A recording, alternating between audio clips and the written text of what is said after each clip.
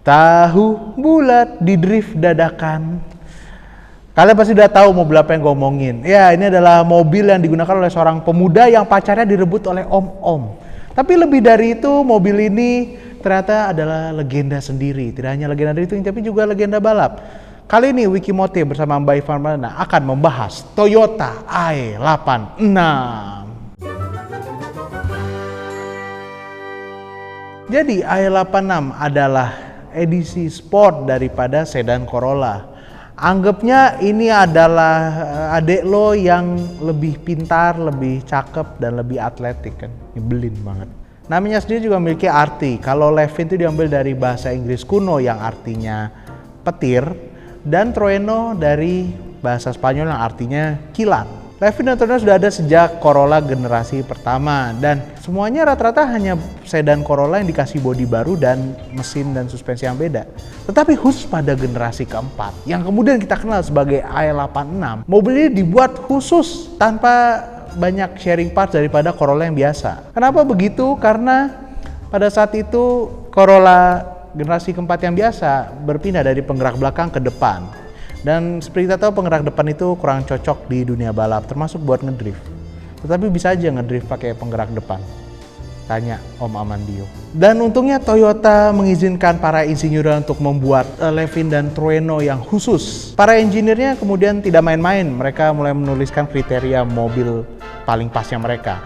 Penggerak belakang, distribusi berat 50-50, suspensi independen, mesin bertenaga, dan juga ada LSD, bukan LSD narkoba, tapi limited slip differential. Dan akhirnya pada tahun 1983, Levin dan Trueno lahir ke muka bumi. Lalu apa perbedaannya Levin dan Trueno?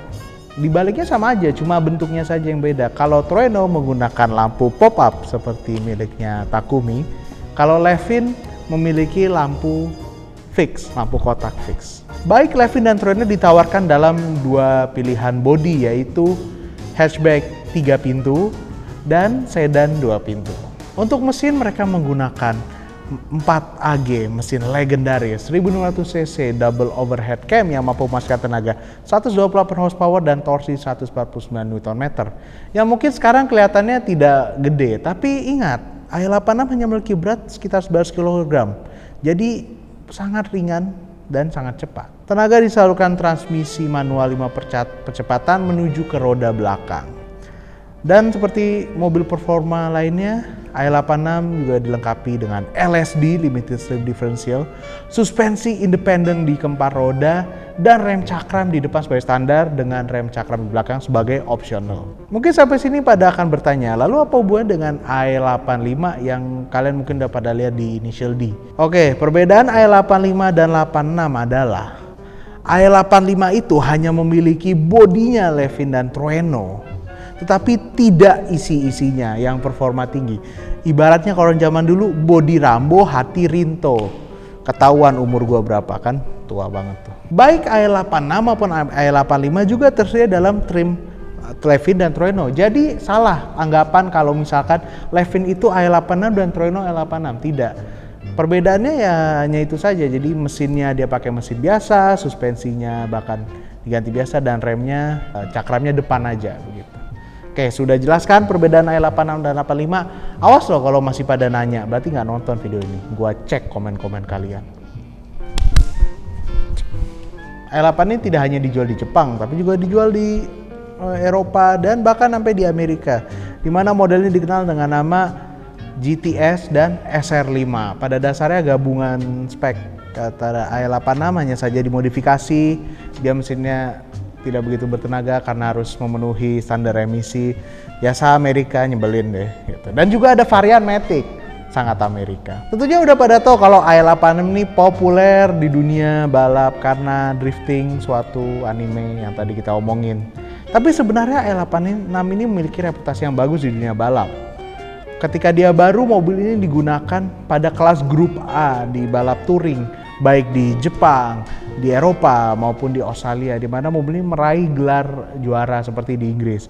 Dan bahkan AE86 terjun di dunia rally, digunakan oleh pembalap legendaris Per Eklund, dan di mana dia juga menyabet kejuaraan. Di Jepang sendiri mobil ini populer untuk kelas grup N dan kelas Clubman atau kelas mobil standar yang dibawa balap. Salah satu pembalap muda yang menggunakan AE86 Group N ini adalah Keiichi Tsuchiya yang menggunakan AE86 versi N2 buatan TRD yang kemudian terkenal karena dia diliput oleh majalah Hot Version. Tidak hanya itu, karir balap AE86 bahkan berlanjut hingga awal abad 20 ketika ada sebuah tim privateer bernama Craft membangun AE86 untuk regulasi balap GT300 di JGTC Jepang. Speknya sendiri cukup gila, yaitu menggunakan mesin 3S GTI turbo dengan body kit ekstrim aerodinamika. Walaupun tidak pernah sukses, mereka memiliki banyak fans karena ya kapan lagi melihat mobil tua pada dasarnya nggak mengalahkan juga. Jadi mobil tua ikut di kejuaraan mobil baru, keren walaupun nggak juara.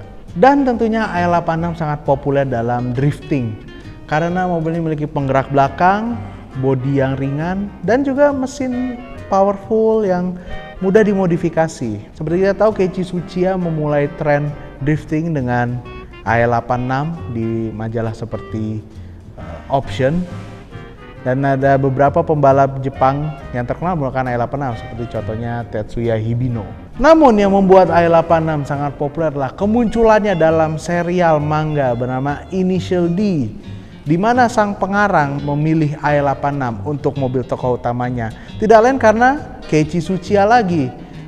Ketika dia membuat manga itu, dia berkonsultasi dengan Tsuchiya dan Tsuchiya menceritakan pengalamannya dengan AE86. Sayangnya AE86 tidak pernah dijual resmi di Indonesia, dan karena saat itu mobil impor dilarang masuk, maka satu-satunya cara untuk mendapatkan AE86 adalah melalui jalur diplomatik, bekas balap, atau pada awal 2000-an ketika beberapa daerah di Indonesia memiliki perjanjian bebas dagang sehingga mobil bekas bisa masuk. AE86 sendiri juga berperan penting dalam perkembangan drifting di Indonesia karena salah satu drifter pertama di Indonesia yaitu Rifat Sungkar menggunakan AE86 Levin yang dia cerita dapat di bawah pohon.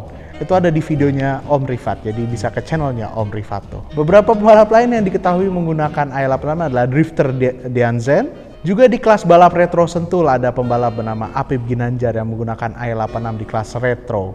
Beberapa pemilik AE86 terkenal lain Indonesia adalah pengepul mobil dengan AE86 build-nya dia, dan juga Cinta Kuya yang baru-baru ini membeli AE86 berwarna hitam. Kepopuleran AE86 yang mendunia membuat mobil ini menjadi barang koleksi. Bahkan saking langkanya AE86 di Jepang, mereka harus pergi ke Amerika untuk membeli AE86 yang bagus dan diekspor balik.